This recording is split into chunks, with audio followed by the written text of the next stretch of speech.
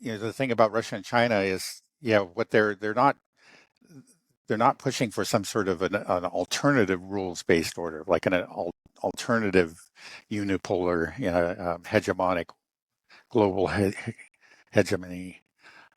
They're pushing a multipolar world, which is, by definition, one where there isn't a single hegemon, and where sovereign states respect each other. And that, hopefully they'll continue um, support this vision. But that is the vision that they are supporting at this time. It is not an imperial vision. It's not an expansionist vision.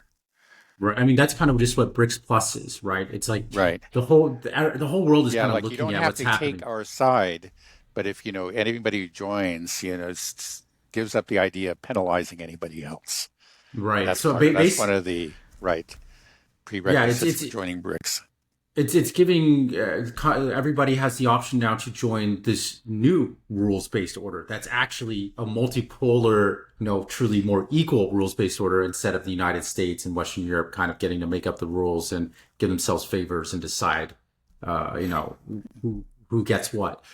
So I think you're seeing more and more countries. I mean, we are seeing more and more countries signing up from BRICS because I think they're just looking at it pragmatically and just Yeah, saying like, again, I can it's an join. attractive vision for a lot of people to say that, yeah, we don't want to, before they thought again, the U.S. was basically the only world game in town, and that was true for a couple of decades after the fall of the Soviet Union. And of course, prior to the fall, there was sort of a choice. Yeah, not every country did this, but there was pressure to be on one side or the other. Um, and and now, you have, okay, the U.S. trying to maintain that global hegemony it that it attained during the 1990s, and but Mm, losing its grip, and an alternative vision of saying, okay, no hegemony. Let's just, if you can you can trade with any of our members, and yeah, we don't penalize you because we don't like the way you run your country. That's your business, the way you run your country. Um, it's just, you don't have to take our sides. You don't have to become our allies. You don't have to, you know, um, join in these sanctions or whatever. You're free to be, a member of this multipolar world. And the only thing that we ask of you is that you don't go ahead and sanction other countries. Engage in the kind of behavior that the U.S. and its allies engage in. It's other So than that, it's really, yeah. theoretically, could America join BRICS if we had a Uh, president that's like, "Hey, let's be part of this multipolar world"? Because Yeah, eventually, right. we Well, have to. We theoretically, have right, to. exactly. Yeah, realistically, no, because that's just not what we're about. It's just you know, we make the rules and we issue the orders, and that's the way it should be. And it's terrible that BRICS is happening because people are not, obeying our rules, and they're disobeying our orders.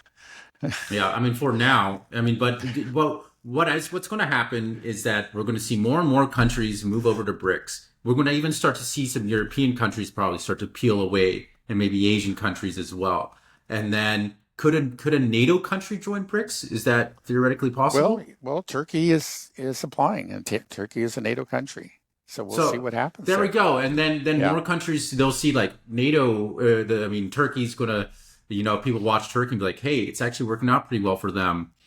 Maybe yeah, we can do this too. We can do this too. And the U.S. can't sanction everybody, and that just right. fuels more power to like this is why you need to join BRICS Yeah, because well, look at that's what the that's U.S. what's is doing. happening. I mean, that's the trend. I think again, this was developing before the outbreak of the Russia-Ukraine war, but the Russia-Ukraine war, and then particularly the sanctions war, the economic war that the West unsuccessfully waged against Russia, has really accelerated the process because people are just looking at that. And first, they're seeing the strength of Russia and saying, okay, yeah, these guys are not losers, and then and the strength of China.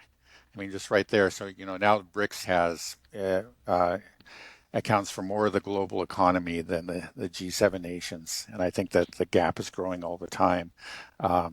And they're saying, and then hey, it's we join BRICS, and if if we join BRICS again, the thing is that like we don't have to be enemies of the U.S. But if the U.S. decides to make us an enemy, we've got a lot of friends, right? And Mm, so that's you can. This whole thing is kind of building on itself. As long as the U.S. keeps on lashing out and trying to sanction new, impose more sanctions and secondary sanctions, I think that's just going to the process will continue to accelerate and seize more assets too. That's all right. doing a great favor to BRICS. Right, yeah, I can see it happening, and it's exciting. I want us to be part of BRICS. It sucks that we're Yeah. going to be the last ones to join, because the rest of the Yeah. world will move There's a on in big this party multipolar going on in world. the next building, and the party gets bigger and bigger, and Yeah, there are fewer people. It's just sort of like I exactly. think that it's just this peace conference, the so-called peace conference that's being held in Lucerne, Switzerland, later this month. I believe that it's kind of reflective of that trend. It's just like initially at the beginning of the SMO, a lot of people weren't sure what's going on here. Maybe the Russians are just they really blew it and they're going to be destroyed economically, and maybe Russia will fall apart. Maybe we better show up at this conference here because we don't want to we want to be with the winners. But as it becomes increasingly clear that they're not the winners, that I mean that Ukraine is losing, and that Russia is strong economically and militarily and is winning this, fewer and fewer people are showing up at the peace conference. Fewer and fewer, leaders of important nations. Mm, Very few leaders outside of the West of important nations are going to show up there. And then on the other side, for example, we just mentioned the St. Petersburg, Economic Forum, International Economic Forum, I think is what it's called. Um, Initially, right after the outbreak of hostilities, in 2022, there were a lot of countries that did not participate because it followed pretty closely on the heels of the launch of the SMO. But it's enjoyed a resurgence. It's an important place to be, and people are saying, yay, this is something we can't miss out on.